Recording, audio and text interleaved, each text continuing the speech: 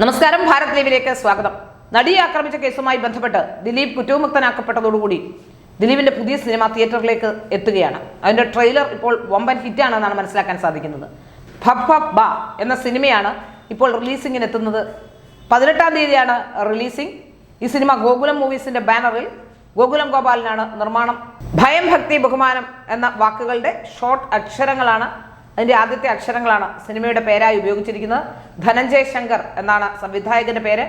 മോഹൻലാലും ദിലീപും കൂടി ഈ സിനിമയിലേക്ക് ഒരു അതിഥി വേഷത്തിൽ മോഹൻലാൽ കൂടി എത്തുന്നുണ്ട് എന്നാണ് മനസ്സിലാക്കാൻ സാധിക്കുന്നത്. സിനിമയുടെ ട്രെയിലർ വലിയ വിജയമാണ്. പക്ഷേ ട്രെയിലറിനെ ചുറ്റിപ്പറ്റി വലിയ വിവാദങ്ങൾ ഉണ്ടാകുന്നുണ്ട്. അതിൽ ട്രെയിലറിൽ പറഞ്ഞിരിക്കുന്ന ചില വാചകങ്ങൾ പോലീസിനെ പരസ്യമായി വെല്ലുവിളിക്കുന്നതാണെന്നൊക്കെ ദിലീപിനെ എതിർക്കുന്നവർ പറയുന്നുണ്ട്. ഏതായാലും ഈ സിനിമയൊക്കെ നേരത്തെ ഷൂട്ട് ചെയ്ത് കഴിഞ്ഞ് റിലീസിങ്ങിന് ഒരുങ്ങിയിരുന്ന സിനിമയാണ്. ഈ പറയുന്നതിൽ എത്രമാത്രം സത്യമുണ്ട് അല്ലെങ്കിൽ ഈ പറയുന്നതിൽ എത്രമാത്രം കാര്യമുണ്ടെന്ന് അറിയില്ല. മാത്രമല്ല, സിനിമയുമായി ബന്ധപ്പെട്ടൊക്കെ സിനിമയിലെ വാചകങ്ങളൊക്കെ എടുത്തു വെച്ചുകൊണ്ട് ഇങ്ങനെ ദിലീപിനെ തീർക്കാൻ വേണ്ടി പറയുമ്പോൾ സാധാരണക്കാരായ ജനങ്ങൾക്കത് ബോധ്യമാവുകയും ചെയ്യും. നമുക്കിവിടെ മനസ്സിലാക്കാൻ പ്രധാനപ്പെട്ട ചില കാര്യങ്ങൾ കൂടിയുണ്ട്. ദിലീപിനെ സിനിമാ സംഘടനകളിലേക്കോ സിനിമയിലേക്കോ പോലും ബഹിഷ്കരിക്കണമെന്ന് പറയുന്നവരാണ് പലപ്പോഴും ഇപ്പോൾ ദിലീപിനെ എതിർത്തുകൊണ്ടിരിക്കുന്നത്. ചില വനിതാ സംഘടനകളും വനിതാ പ്രവർത്തകരുമൊക്കെ ദിലീപിന്റെ സിനിമ കാണരുതെന്നൊക്കെ പറഞ്ഞ് ആഹ്വാനം ചെയ്യുന്നുണ്ട്. പക്ഷേ എത്രത്തോളം ദിലീപിനെ വനിതകൾ എതിർക്കുന്നോ അത്രത്തോളം വനിതകൾ തന്നെ ദിലീപിനെ അനുകൂലിക്കുന്നവരുമുണ്ട്. കാരണം ഈ കേസിൽ ദിലീപിന്റെ ഇൻവോൾവ്മെന്റ് ഇല്ല, ദിലീപിന് ഈ കാര്യത്തിൽ ഗൂഢാലോചനയിൽ പ്രതി ചേർക്കാനൊക്കെ കാരണങ്ങളൊന്നുമില്ല എന്ന കേസ് പഠിക്കുന്ന നമുക്ക് പഠിച്ചു കഴിഞ്ഞാൽ വ്യക്തമായും കൃത്യമായും ബോധ്യമാകുന്നതാണ്. അപ്പൊ ആദ്യം മുതൽ തന്നെ ഈ കേസുമായി ബന്ധപ്പെട്ട് ഇതിന്റെ കൃത്യമായ വിവരങ്ങൾ പ്രേക്ഷകരിലേക്ക് എത്തിച്ചത് ഓരോ എന്റെ പഴയ വാർത്തകൾ, ഭാരത് ലൈവ് എന്ന് പറയുന്നതും നമ്മുടെ ചാനൽ തന്നെയാണ്. ഭാരത് ലൈവിന്റെ ഓരോ വാർത്തകളും എടുത്തു നോക്കിയാൽ വളരെ കൃത്യമായിട്ട് തന്നെ നിങ്ങൾക്ക് മനസ്സിലാക്കാൻ സാധിക്കും. ഈ കേസിന്റെ നാൾ വഴികൾ ഓരോ സ്ഥലത്തും ഉണ്ടായിട്ടുള്ള പ്രശ്നങ്ങൾ നമ്മൾ നേരത്തെ ഉള്ള ഓരോ വീഡിയോയിലും പറഞ്ഞിട്ടുണ്ട്.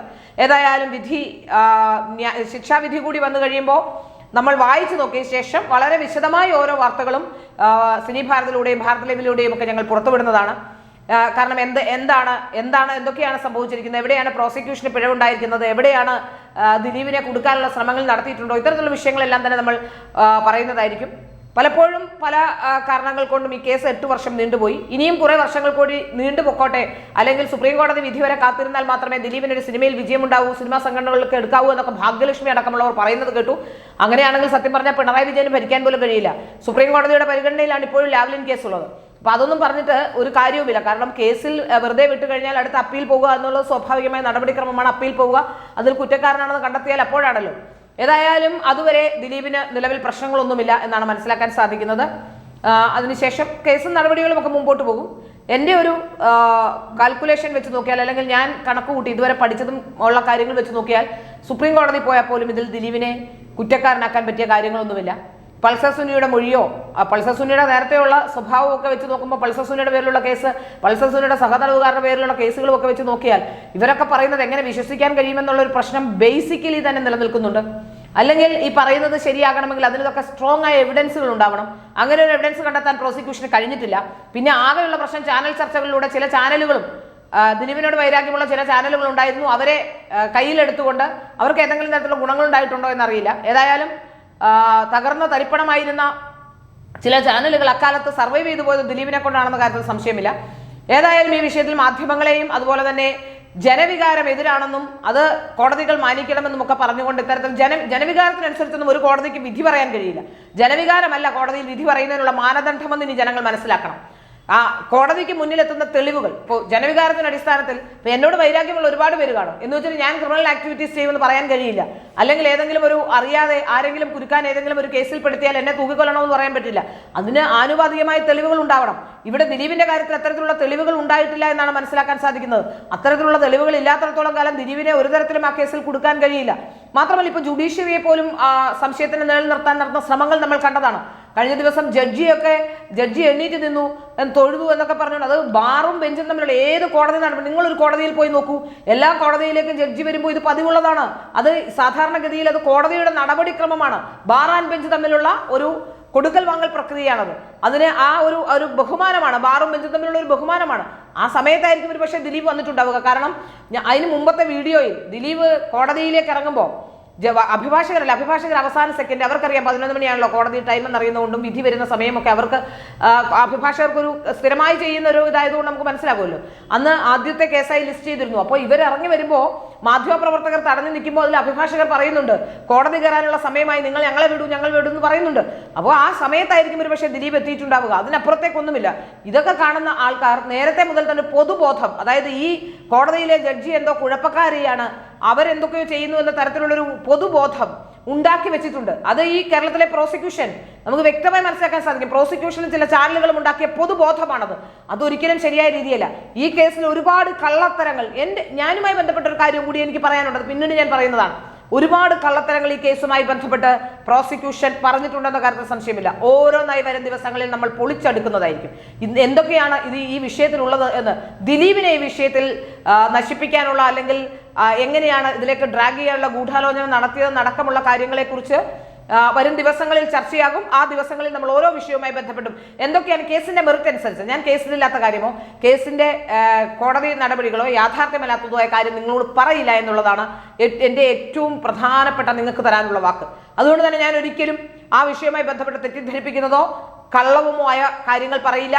ആ കാര്യങ്ങൾ കൃത്യമായി അനലൈസ് ചെയ്ത് പഠിച്ച ശേഷം മാത്രമേ പറയുകയുള്ളൂ. ഇതുവരെ പറഞ്ഞിട്ടുള്ളതും അങ്ങനെ തന്നെയാണ്. ആദ്യം മുതൽ തന്നെ ഈ കേസിൽ ദിലീപിനെ ശിക്ഷിക്കാൻ തക്ക ഒന്നും തന്നെ ഇല്ല എന്ന് ആദ്യം മുതൽ തന്നെ ഭാരത് ലൈവ് പറഞ്ഞിരുന്നു. അത് ഏതാണ്ട് കൃത്യവുമായി വരികയാണ്. അതിനിപ്പോ അഭിഭാഷകരെ പറയുക, ഈ കേസിൽ ആലോചിച്ച് നോക്കൂ, ദിലീപുമായി ബന്ധപ്പെട്ട് ദിലീപിന് വേണ്ടി ഹാജരായ അഭിഭാഷകനെ, ദിലീപിന് വേണ്ടി സംസാരിക്കുന്ന ആരെങ്കിലും ഉണ്ടെങ്കിൽ അവരെയൊക്കെ സംശയത്തിന്റെ മുനയിൽ നിർത്താനും അവരെയൊക്കെ ദിലീപുമായി സംസാരിച്ചാൽ, ദിലീപിന് വേണ്ടി അനുകൂലിച്ചാൽ പണം കൊടുക്കും എന്നാണ് പറയുന്നത്. ഈ പറയപ്പെടുന്ന പരാതിക്കാരി എന്ന് പറയപ്പെടുന്ന ആൾ അതിജീവത, അവരും പണമില്ലാത്ത ആളല്ല, അവരും പണമുള്ള ആളാണ്, അവരും ഇൻഫ്ലുവൻഷ്യൽ ആയ ആളാണ്. ദിലീപിനുള്ള അതേ ഇൻഫ്ലുവൻസ് തന്നെയാണ് അവർക്കുമുള്ളത്. അപ്പം നമുക്ക് മനസ്സിലാക്കാൻ സാധിക്കുന്നത് ഇത് രണ്ടുപേർക്കും പണമുള്ളതാണ്. പക്ഷെ ദിലീപിന് വേണ്ടി പറഞ്ഞാൽ അത് പണവും, മറ്റുള്ളവർക്ക് വേണ്ടി പറഞ്ഞാൽ അത് സമൂഹത്തിന് വേണ്ടി പറയുന്നുവെന്നാണ്. ഞങ്ങൾ ഒരിക്കലും അതിജീവിതയെ മോശപ്പെടുത്തിയിട്ടില്ല. അതിജീവിതയ്ക്കുണ്ടായ യഥാർത്ഥ പ്രശ്നത്തിൽ ഞാൻ ഒരിടത്തും അതിജീവിതയ്ക്കെതിരെ ഒരു വാക്ക് പോലും ഈ നിമിഷം വരെ ഞാൻ പറഞ്ഞിട്ടില്ല.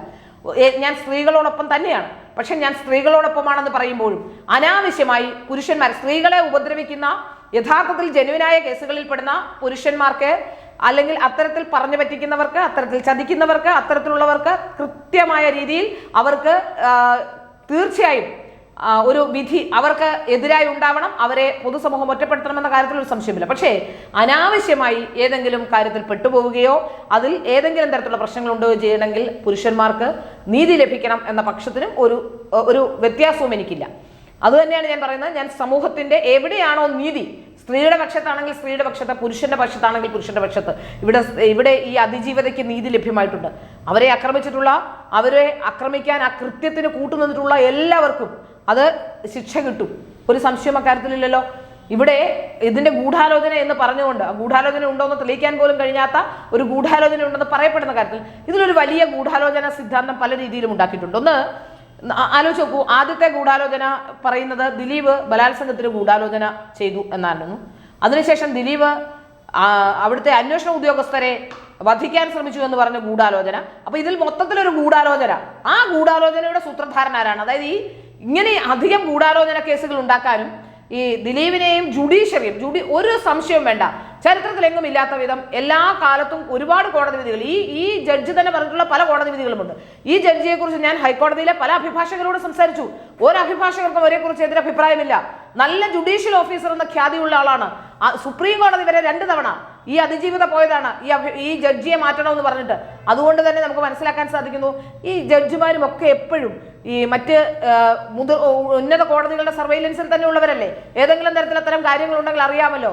മാത്രമല്ല, നിങ്ങൾ ആലോചിച്ച് നോക്കൂ, കേരളത്തിലെ പൊതുജനങ്ങളോട് ഞാൻ ഒരു ചോദ്യം ചോദിക്കുകയാണ്. ഈ വിചാരണ കോടതി ജഡ്ജിക്ക് അറിയാം ഈ കേസിൽ ഇത്രയും വർഷം നിയമ പോരാട്ടത്തിനിടയിൽ തന്നെ പലതവണ ഹൈക്കോടതിയിലേക്കും സുപ്രീം കോടതിയിലേക്കും വലിച്ചിഴക്കപ്പെട്ട ഈ കേസിൽ ഹൈക്കോടതിയിലും സുപ്രീം കോടതിയിലേക്ക് സർക്കാർ അപ്പീൽ പോകുമെന്ന് അറിയാത്ത ആളാണോ? അല്ലെങ്കിൽ പ്രോസിക്യൂഷൻ അപ്പീൽ പോകാനുള്ള സാധ്യതകൾ, അല്ലെങ്കിൽ അതിജീവിത അപ്പീലിന് പോകില്ല എന്ന് വിചാരിച്ചിട്ടാണോ അവർ വിധി എഴുതുന്നത്? അവരുടെ ജോലിയും അവരുടെ അത് എത്ര കൃത്യമായിട്ടായിരിക്കും. 100% തെളിവുകൾ ഇല്ലാത്തത് കൊണ്ട് തന്നെയാണ്, 100% അവർക്ക് കോൺഫിഡൻസ് ഉള്ളത് കൊണ്ടല്ലേ ഇത്തരം ഒരു വിധി വന്നത്. ഇല്ലെങ്കിൽ അവരുടെ ജോലിയോ അവരുടെ ഇത്രയും കാലം അവർ സമൂഹത്തിലുണ്ടാക്കിയ പേരോ ഒക്കെ കളയാൻ ഏതെങ്കിലും ജഡ്ജിമാർ തയ്യാറാകുമോ? അതും ഇത്രയും സെൻസിറ്റീവായ ഒരു കേസിൽ. ജനങ്ങൾക്കൊരു സാമാന്യ ബോധം വേണം. മാധ്യമങ്ങളെ കണ്ണടച്ച് വിശ്വസിക്കരുത്. കേരളത്തിലെ മാധ്യമങ്ങൾക്ക് പക്ഷമുണ്ട്. ഒരു പക്ഷം മാത്രം നിൽക്കുന്നവരാണ് കേരളത്തിലെ മാധ്യമങ്ങൾ. 90% മാധ്യമങ്ങളും. നിങ്ങൾ ജനങ്ങൾ പക്ഷം പിടിച്ച് ജനങ്ങളും അങ്ങനെ ചിന്തിക്കും എന്നുള്ളിടത്താണ് ഈ മാധ്യമങ്ങളുടെ വിജയം. അതുകൊണ്ട് കേരളത്തിലെ ജനങ്ങൾ സത്യസന്ധമായ കാര്യങ്ങളെ വിലയിരുത്താൻ ശ്രമിക്കണം. ഒരിക്കലും മാധ്യമങ്ങളെ കണ്ണടച്ച് വിശ്വസിക്കരുത്. ഞാൻ പറയുന്ന കാര്യമാണ്. കാരണം മാധ്യമങ്ങൾക്ക് അജണ്ടയുണ്ട്. 90% മാധ്യമങ്ങൾക്കും അജണ്ടയുണ്ട്. കാരണം സമൂഹത്തിൽ ഇത്തരത്തിലുള്ള പ്രശ്നം ഈ ചില ചാനലുകളൊക്കെ നോക്കൂ എത്ര വൈരാഗ്യത്തോടെയാണ് ഒരു കേസ് നടത്തുമ്പോൾ. ഇത്ര വൈരാഗ്യത്തിന്റെ ആവശ്യമുണ്ടോ? ഒരു കേസ്, ആ കേസിൽ എന്തിനാണ് മാധ്യമങ്ങൾക്ക് എന്തിനാണ് വൈരാഗ്യം? മാധ്യമങ്ങൾക്ക് ദിലീപിനെ സംഘടനകൾ എടുക്കരുതെന്ന് എന്ത് വിഡ്ഢിത്തരമാണ് ചില സമയങ്ങളിൽ ഇവർ സംസാരിക്കുന്നത്. കഴിഞ്ഞ ദിവസം ഒരു ചാനൽ അവതാരിക ഇരുന്ന് പറയുന്നുണ്ട് ജഡ്ജി എണ്ണീറ്റ് വന്നപ്പോൾ തൊഴുതു എന്നൊക്കെ. അവരൊരിക്കലും കോടതിയിലോ വേറെ അങ്ങും പോയിട്ടില്ല. മാധ്യമപ്രവർത്തകരിൽ തന്നെ 2 തരത്തിലുള്ള മാധ്യമപ്രവർത്തകരുണ്ട്. റിപ്പോർട്ടിംഗ് ചെയ്യുന്നവരും ആങ്കറിംഗ് ചെയ്യുന്നവരും. കാണാനൊക്കെ കൊള്ളാവുന്ന ഡെസ്കുകളിലുള്ള അത്യാവശ്യം ഭംഗിയൊക്കെ ഉള്ളവരെ ഇരുത്തി അങ്ങ് വായിപ്പിക്കുക ചെയ്യുന്നത്.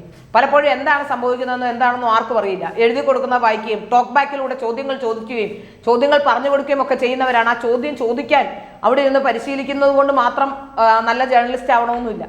സ്വന്തമായി സ്ക്രിപ്റ്റ് പോലും എഴുതേണ്ട ആവശ്യമില്ല. മറ്റുള്ളവർ കൊണ്ടിരുന്ന വാർത്ത നോക്കി വായിക്കുന്ന ആങ്കർമാരാണ് പലപ്പോഴും 90% ഇവിടെയുള്ളത്. അതുകൊണ്ട് തന്നെ കോടതി നടപടികൾ എന്താണെന്ന് അറിയാത്തവരാ ഇത്തരത്തിലുള്ള പല കാര്യങ്ങളും പറയുന്നത്. ചാനലിന്റെ ഫ്ലോറിലിരുന്ന് കേരളത്തിലെ അറിയപ്പെടുന്ന അവതാരകയെന്ന് ജനങ്ങൾ വിധി എഴുതിയിട്ടുള്ള ഒരാൾ, ഒരു സ്ഥാപനത്തിന്റെ മേധാവിയായിരിക്കുന്ന ആൾ കൂടിയാണ്, ഇരുന്ന് പറയുകയാണ് ഇത്തരത്തിലുള്ള കാര്യങ്ങൾ. എങ്ങനെയാണ് അവർക്ക് ഇത് പറയാൻ കഴിയുക? ഒരു ദിവസമെങ്കിലും കോടതിയുടെ വരാന്തയിലൂടെയെങ്കിലും പോയിട്ടുണ്ടെങ്കിൽ ഇത്തരത്തിലൊരു കാര്യം പറയാൻ കഴിയില്ല എന്നുള്ളത് സത്യമാണ്. അപ്പോൾ കോടതി നടപടികൾ, പിന്നെ കൂറുമാറിയ കാര്യം പറയുന്നു, അങ്ങനെ ഒരുപാട് കാര്യങ്ങൾ. ഓരോ വിഷയത്തെ സംബന്ധിച്ചും വ്യക്തവും കൃത്യമായി ഞാൻ നിങ്ങളിലേക്ക് വിവരങ്ങൾ എത്തിക്കുന്നതാണ്. അതുകൊണ്ട് തന്നെ ഒരു കാര്യം ഞാൻ ഉറപ്പിക്കാം, ഞാൻ കള്ളം പറയില്ല. പഠിച്ച ശേഷം വായിച്ച ശേഷം ഓരോ വിഷയങ്ങളുമായി ബന്ധപ്പെട്ടും എന്തൊക്കെയാണ് ഈ കേസിൽ സംഭവിച്ചിട്ടുള്ളതെന്ന് വിശദമായ വിവരങ്ങൾ നിങ്ങളെ ഞാൻ ഉറപ്പായിട്ടും എൻ്റെ വാർത്തകളിലൂടെ അറിയിക്കും.